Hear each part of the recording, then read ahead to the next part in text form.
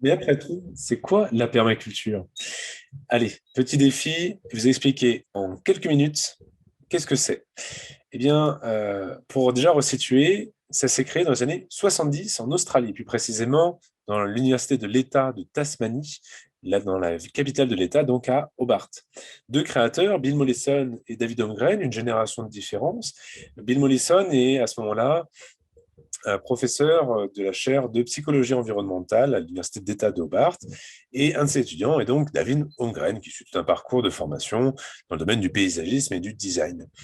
Et Mollison va encadrer le travail de thèse de David Holmgren avec cette thématique clé qui est comment créer des systèmes agricoles qui soient pleinement durables, qui soient pleinement pérennes dans le temps. Les deux hommes partagent déjà beaucoup de constats, de prises de conscience sur les impacts négatifs de l'industrialisation du secteur agricole à la fois au niveau de la nature, mais aussi des sociétés humaines. Et puis, ils partagent également les constats du rapport Meadows, donc le rapport établi pour le Club d'Europe par une équipe du MIT, qui paraît en 1972 et qui a eu un écho, c'est vrai, déjà considérable à l'époque, parce qu'il mettait en avant de façon très explicite les limites systémiques de nos sociétés industrialisées, causée, pour faire très simple, par la raréfaction future de l'ensemble des ressources fossiles. Alors, c'est déjà fort de l'ensemble de ces constats que les deux hommes vont aller piocher, chercher des inspirations, chercher des clés, au niveau, je dirais, de deux grandes sources d'inspiration qui sont déjà les pratiques traditionnelles, alors à la fois chez les aborigènes d'Australie, mais aussi auprès d'autres peuples premiers, auprès des paysanneries traditionnelles, et puis aussi au niveau des connaissances scientifiques, alors à la fois au niveau du champ de l'agronomie, mais aussi du fonctionnement des écosystèmes naturels par l'ensemble des sciences. Euh, Convaincu qu'il fallait utiliser ces connaissances pour à la fois préserver au mieux ces écosystèmes et aussi s'inspirer de leur fonctionnement pour, comme base de réflexion justement pour penser de nouveaux systèmes agricoles. Ce qu'on appelle aujourd'hui le biomimétisme, hein, s'inspirer du vivant pour trouver de nouvelles solutions.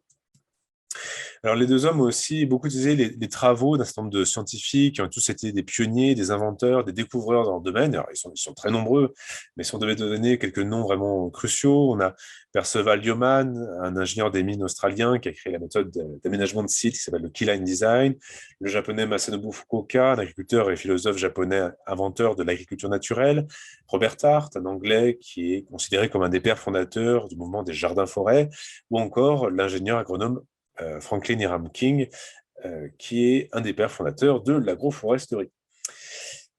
Alors, le travail de thèse, et finalement, va servir de base, de matière pour éditer les premiers livres qui traitent de permaculture, Permaculture 1 et Permaculture 2, dont les éditions originales paraissent en 1978 et par 1979.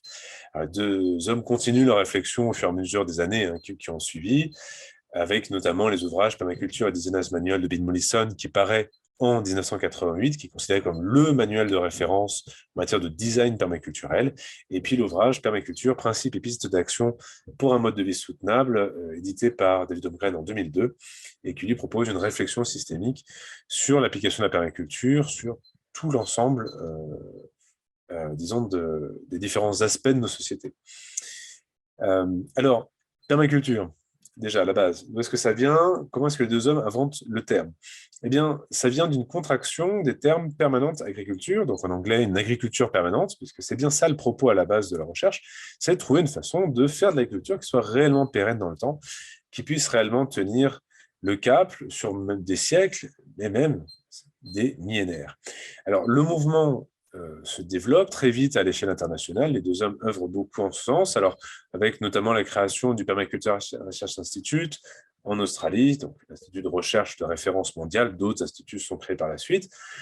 Le mouvement permaculturel connaît un écho à cette époque-là vraiment fort dans la contre-culture, dans les communautés liées à la culture hippie, ce qui, par exemple, s'illustre par la création du premier éco-village fondé sur les principes permaculturels, Crystal Waters, en Australie, en des années 80.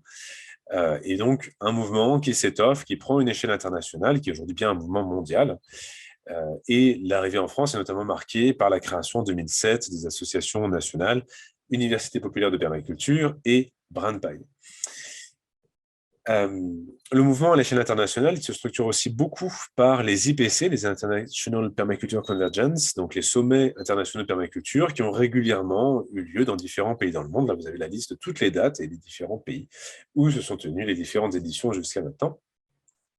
Et c'est d'ailleurs lors de l'édition de 1988 que va être acté le fait que l'étymologie même de la permaculture a évolué. Il s'agit désormais de la contraction des termes permanente et culture, donc la culture permanente, puisqu'il est désormais bien acté dans le mouvement permaculturel que le champ d'application de la permaculture, eh bien, il dépasse très largement l'agriculture et s'applique finalement sur l'ensemble des champs de nos activités humaines, d'où le terme culture, qui est un terme beaucoup plus global, beaucoup plus englobant. Et c'est ce qu'on représente par la fleur permaculturelle. Donc, c'est une représentation schématique pour représenter le fait que les fondamentaux de la permaculture peuvent s'appliquer dans tous les domaines, même si dans les représentations autour de la permaculture, c'est très lié aujourd'hui encore au domaine de l'agriculture et du jardinage, mais n'empêche, ça peut bien s'appliquer aussi dans tous les autres domaines. Et donc, en ce sens, la permaculture propose une vision systémique pour penser la transition dans tous les domaines et aussi faire du lien, faire une connexion pour penser une transition sociétale et écologique cohérente. Donc, il n'existe pas une seule définition officielle de ce qu'est la permaculture. C'est d'ailleurs un parti pris de Mollison Holmgren de ne pas enfermer la permaculture dans une seule définition officielle et que les permaculteurs puissent s'approprier la permaculture, l'adapter à leur contexte socioculturel, à leur époque. Donc, de nombreuses définitions existent et circulent dans le mouvement permaculturel. Celle que, personnellement, j'utilise, parce qu'elle est je la trouve très synthétique, c'est l'art de créer des écosystèmes humains durables. Le terme art, c'est un terme très polysémique, très riche de sens, et on voit la connaissance, le savoir-faire, la créativité à notre regard sur le monde. On a toute cette richesse de sens dans le terme art, que je trouve vraiment intéressante, de créer, parce qu'il s'agit bien de faire des choses concrètes, des écosystèmes.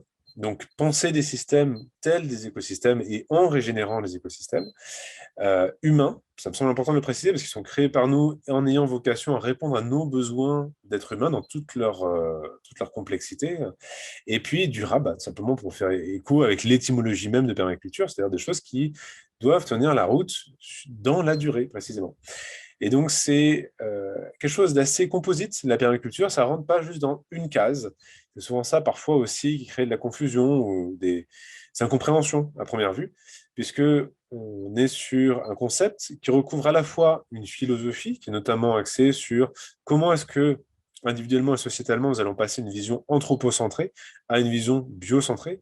Donc, comment passer une relation de domination, de contrôle et d'exploitation concernant l'ensemble du vivant à une relation d'égalité et de coopération avec l'ensemble du vivant. Changement de regard fondamental et assez compliqué à amener. C'est aussi une proposition d'ordre politique. On a ici une proposition pour penser une transition à la fois d'un point de vue écologique et d'un point de vue social. Et puis, c'est une communauté de pratique, de transmission de savoir et d'une méthode de design, finalement une boîte à outils pour la conception de projets. Donc, le mouvement permaculturel partage et améliore, agrade tout un ensemble de connaissances scientifiques, puis entrer sur tous les domaines d'application de la permaculture, et de pratiques, de techniques, de retours d'expérience qui s'accumulent donc au fur et à mesure des années. Et la permaculture, elle va être centrée autour d'un certain nombre de principes. Bon, si je ne vais pas rentrer dans le détail, parce que ce n'est pas l'objet de cette vidéo, mais fondamentalement, on a 3 principes éthiques qui sont au cœur de la proposition à la fois philosophique et politique: prendre soin de la terre, prendre soin de l'humain et partager équitablement. Et puis, autour de ça, vont se greffer des principes fonctionnels qui permettent de structurer, de donner des pistes de réflexion pour trouver des solutions face à des problèmes, pour concevoir des systèmes. Hop. Et ben voilà. J'espère que ça vous aura plu et que ça aura permis de mieux comprendre ce qu'il en est. Écoutez, si vous voulez en savoir plus, pour un certain nombre de formations sur le sujet, dont des initiations à la permaculture, je vous mets le lien en dessous de la vidéo si vous voulez en savoir plus. Et puis je vous dis à très bientôt et bon courage dans vos projets.